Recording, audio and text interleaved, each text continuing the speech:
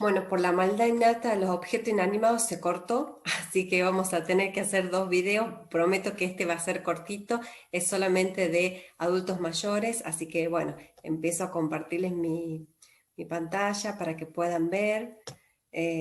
Trataré de hacerlo lo más corto posible para que no demoremos tanto y no sean unos videos eternos que lamentablemente tiendo a hacer.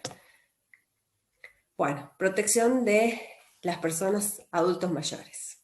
Entre los antecedentes que tenemos, se acomodo acá, tenemos muy interesante, el primer antecedente que tenemos es justamente el año 1948, donde Argentina propone la necesidad de una declaración de la vejez para una protección de las personas adultas mayores.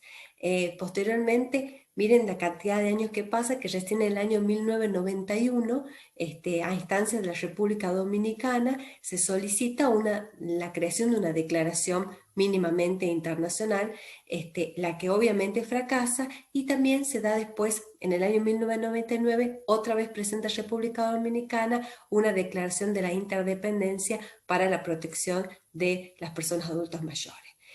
También en ese año, justamente por medio de la Asociación Americana de Personas Jubiladas o Retiradas, más o menos así es la traducción, también se presenta una carta para la protección de las personas adultas. Ninguna de estas logra realmente que se pueda introducir una normativa específica de derechos humanos de las personas adultos mayores.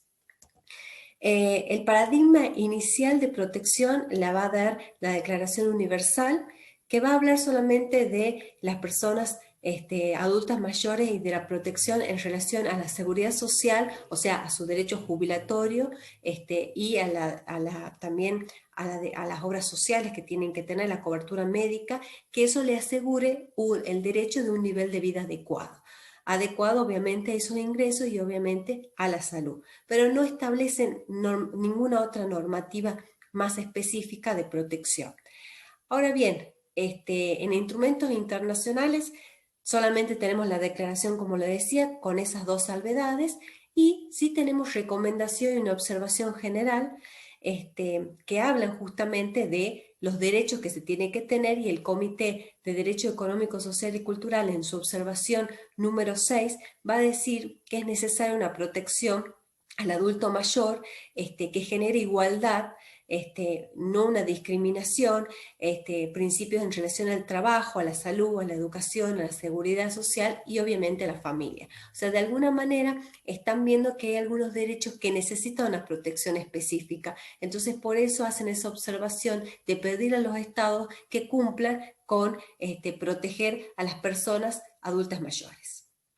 El Comité de la CEDAW también lo hace, pero lo hace simplemente teniendo en cuenta la protección de las mujeres adultas mayores. Entonces, lo primero que dice es quitar los estereotipos de género, la violencia, la educación y obviamente el trabajo y la jubilación, que es muy importante porque las mujeres, como ya hemos visto anteriormente, había una distinción y hay una limitación a acceder al goce efectivo de los derechos. Por lo tanto, sacar estos estereotipos también implica que tengan la posibilidad de acceder a su trabajo, y muchas mujeres quizás no accedieron o no tuvieron, y eso va a incidir directamente en su jubilación. Por lo tanto, se veía que muchas mujeres se habían dedicado a ser amas de casa y no tenían un ingreso una vez que alcanzaban una edad adulta.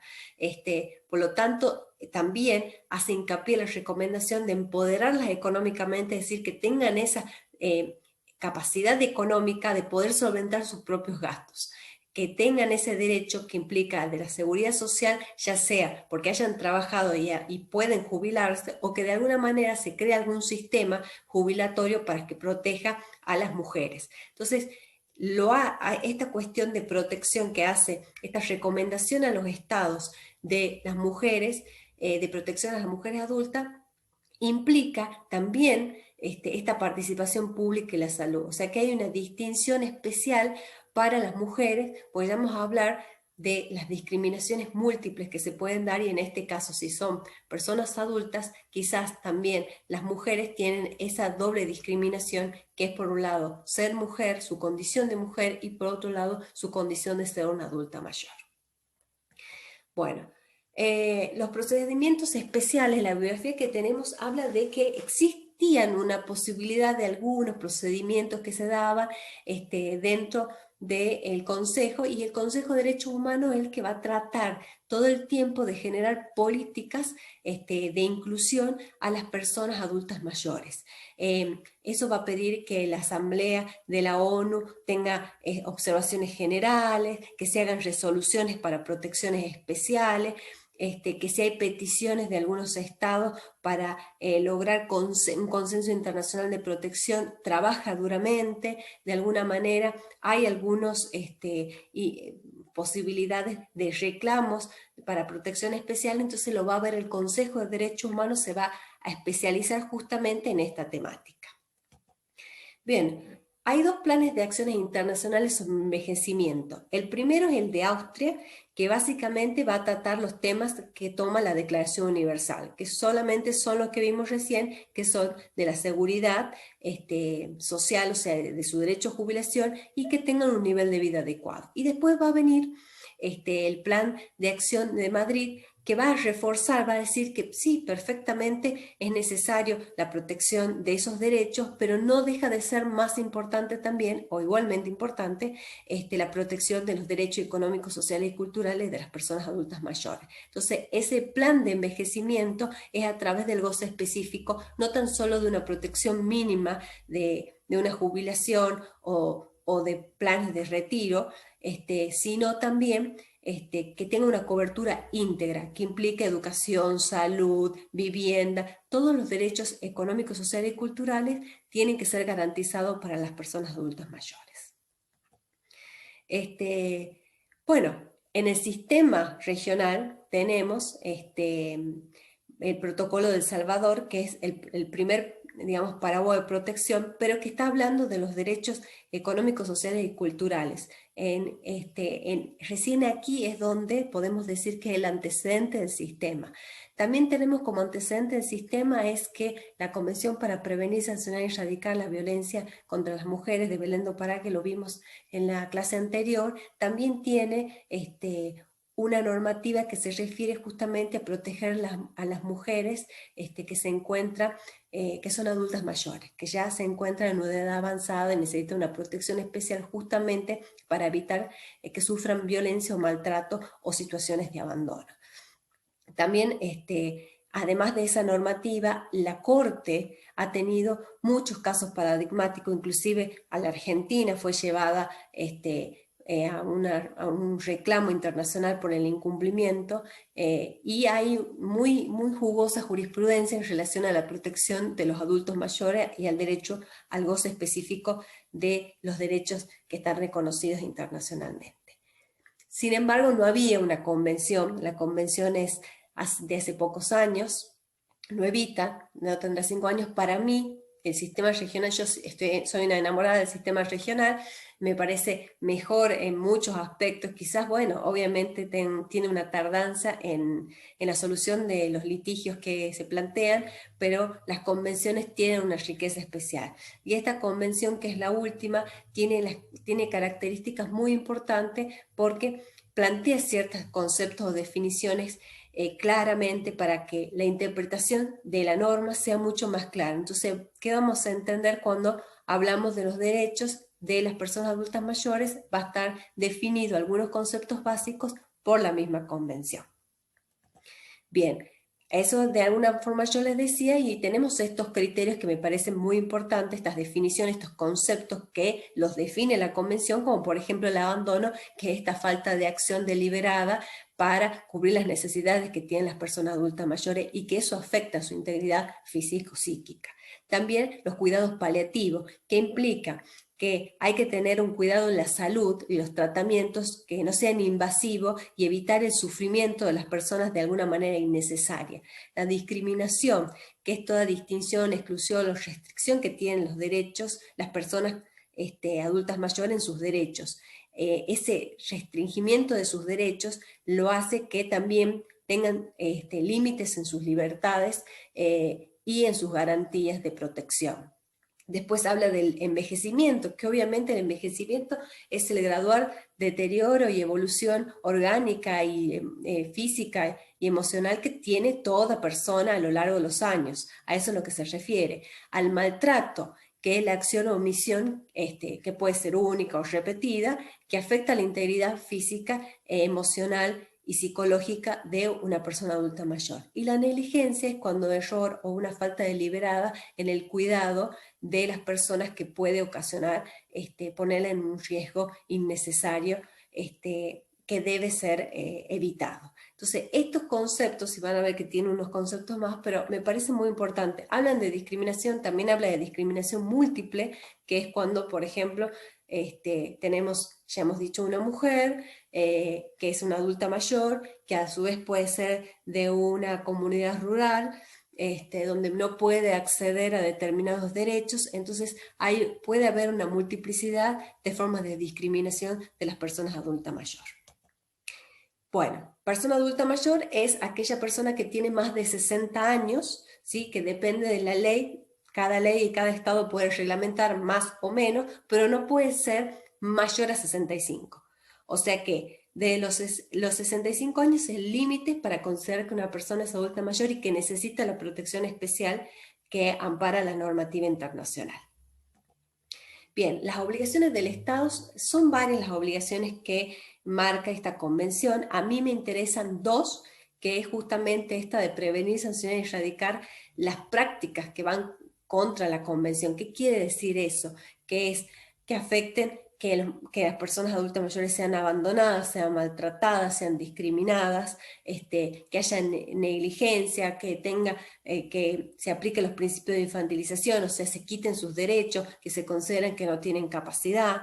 Y también, entre las cosas que plantea es que el Estado tiene que garantizar que el adulto mayor tenga autonomía de voluntad, que no puede limitarse su autonomía para tomar todas las decisiones que necesitan y tienen la libertad para hacerlo, y que sean tenidas en cuenta en todos los ámbitos. Me parecen de las obligaciones generales que tiene la Convención las dos que más importantes y que yo resaltaría. Bueno, y después tenemos los derechos a la salud, a la educación, a la vivienda, a los bienes de la vivienda, al apoyo familiar y a la vida sin violencia. La convención marca un montón de derechos. Yo marqué estos en especiales porque sí me interesa ahondar un poco en ellos, y es el derecho a la educación, que muchos adultos mayores quizás no terminaron su primaria, su secundaria o hacen la universidad y quieren terminar estos trayectos educativos. Entonces, tiene que haber de alguna manera un sistema educativo que sea inclusivo en todos los niveles. Entonces, generar una currícula especial que puedan lograr que el adulto mayor adquiera los conocimientos y de una manera más fácil y de un proceso evaluativo diferenciado según la capacidad que tenga el adulto mayor. No es que tenga menos capacidad que ninguna otra persona, pero sí hay que adecuar determinadas exigencias. No es lo mismo una persona de 20 años que una persona, un adulto mayor que tiene otros niveles. Entonces, me parece que estos programas de inclusión educativa son fundamentales en todos los niveles, ya sea primaria, secundaria y universitaria. Después tenemos el derecho a la salud, que es fundamental, no tan solo que tengan una obra social y una cobertura médica integral que implique toda prestación y todos medicamentos. En Argentina, por suerte, con el PAMI, muchos adultos mayores tienen la mayoría de sus medicamentos necesarios cubiertos. Entonces, en lo que es asistencia médica tienen, obviamente siempre se puede mejorar, siempre se necesita más, pero de alguna manera se ha mejorado mucho el sistema de salud para los adultos mayores. Pero este sistema de salud también implica varias otras vertientes. La primera son los cuidados paliativos, o sea, también se necesita que el adulto mayor tome decisiones en relación a su salud si su condición física y emocional se lo permite. Entonces, cada vez que se va a hacer un estudio, una intervención médica, o quizás en situaciones límite de su salud, si la persona adulta mayor tiene la conciencia para tomar sus decisiones, tiene que ser tenida en cuenta esa decisión. ese consentimiento voluntario para cualquier práctica médica, si se la pide para cualquier adulto, un adulto mayor tiene el mismo derecho. Por lo tanto, este derecho a la salud tiene que estar garantizado y también implica el no descuido. Y el no descuido implica que muchas veces hay adultos mayores que están en instituciones porque no hay lugar donde puedan cuidarlo, porque realmente están mejores cuidados, pero hay lugares que cuidan a adultos mayores que están en estado deplorable, donde el Estado tiene que controlar, tiene que ser una política pública. Hemos visto ahora con las cuestiones de COVID, que había adultos mayores que no que estaban en residencias, que no tenían todas las condiciones necesarias de salubridad y de cuidado que el adulto mayor necesita. Entonces, es muy importante esta cuestión del derecho a la salud y el tener la propia autonomía. Y en el caso de las personas adultas mayores que ya no tienen esa autonomía, velar para que tengan una integridad absoluta, física y psicológica. Y el derecho a los bienes y a la vivienda también es una cuestión básicamente importante, porque se ha visto que muchos adultos mayores pierden su vivienda o pierden la posibilidad de administrar sus bienes, cobran sus jubilaciones, le retienen, no le dan, no pueden administrarla. Y esta es una cuestión que hay que evitar y controlar, de que los adultos mayores pierdan, porque si realmente tienen su capacidad y pueden decidir qué quieren hacer con su dinero y dónde quieren vivir, y los familiares o el Estado pretende institucionalizarlo para quitarles su vivienda, es un derecho que hay que resguardar, porque tienen esa posibilidad de estar en su casa y deben ser respetados. Por eso hay que evitar las institucionalizaciones innecesarias cuando hay vivienda y cuando justamente con sistemas de cuidado puede quedarse perfectamente en su hogar sin la necesidad de injerencias arbitrarias externas o de este desalojo innecesario. Bueno, para ello obviamente se necesita el apoyo familiar. Y cuando hablo del apoyo familiar, me refiero que necesita el cuidado de toda su familia, que hay situaciones como más difíciles cuando el adulto mayor quizás tenga alguna enfermedad mental, de tener una contención, y quizás se necesite obviamente de otras personas, pero es fundamental que tengan esa unión con la familia y que tengan ese cuidado y esos vínculos. Se ve en tribunales, muchas veces tenemos casos donde no se permiten que los nietos y los abuelos se vean y tengan vínculo, y tienen que ir a la justicia para establecer un régimen mínimo provisorio para el disfrute, y eso implica un derecho que tiene tanto el adulto mayor como el niño. Y cuando hablamos del apoyo familiar nos referimos también a este tipo de apoyo, donde es muy necesario para los niños tener contacto con sus abuelos. También se está viendo mucho que los abuelos a veces tienen que criar a sus nietos y dejan su vida cuidándolos, y es muy importante, pero también es importante saber que no es una función exclusiva de los adultos mayores. De alguna manera, eso se está viendo también, de que la familia y la asociación económica se ha ampliado de alguna manera, donde quienes más sobrecargan el tema del cuidado son especialmente las abuelas, que tienen sus ventajas y también sus desventajas, porque bueno, no es lo mismo el control de un niñito de una madre que el de los abuelos. El adulto mayor tiene todas sus capacidades, pero evidentemente no tiene todas sus energías, y también tiene derecho al goce de su propia vida, y no dedicarse exclusivamente al cuidado como una función que le corresponde obligatoriamente. Y bueno, la vida sin violencia. Se ve también que existe mucho maltrato a los adultos mayores, tanto en residencia como en algunos determinados hogares, que hacen que la Dirección de Adultos Mayores tenga que intervenir estableciendo medidas de protección para personas adultas mayores. Casi no hay tantas, las denuncias son anónimas, o sea que cuando uno hace una denuncia de que hay una persona adulta mayor siendo maltratada o en una residencia o en un lugar determinado, llega la Secretaría de Políticas de la provincia de Desarrollo Social, que tiene su departamento de adultos mayores, y hace una inspección, un relevamiento, y hay que después presentarse hasta buscan testigos para determinar si existe o no casos de maltrato a adultos mayores. Si está constatado, elevan un pedido de protección al juez competente y el juez dictará las medidas que son pertinentes. Pero como normalmente la violencia se da dentro del ámbito a veces familiar, también es muy difícil poder denunciar, o sea, son quienes más difíciles pueden denunciar porque no tienen los medios, no es quizás como las mujeres que tenemos más medios para radicar una denuncia por violencia. Generalmente por ahí hay personas que están ya sin posibilidades de movilización, con discapacidad motriz, entonces les es mucho más difícil salir y el maltrato se consume dentro del hogar, pues ya sea por abandono, como hemos visto, o por negligencia. Por lo tanto, me parece que eso es algo que debería aceitarse un poco más las políticas públicas para ver cómo desde una perspectiva de los derechos humanos logramos una protección integral para las personas adultas mayores que puedan sufrir algún tipo de violencia. Bueno, y el acceso a la justicia, que cuando la Convención habla de acceso a la justicia, habla de la garantía, como la garantía del artículo 25 de la Convención,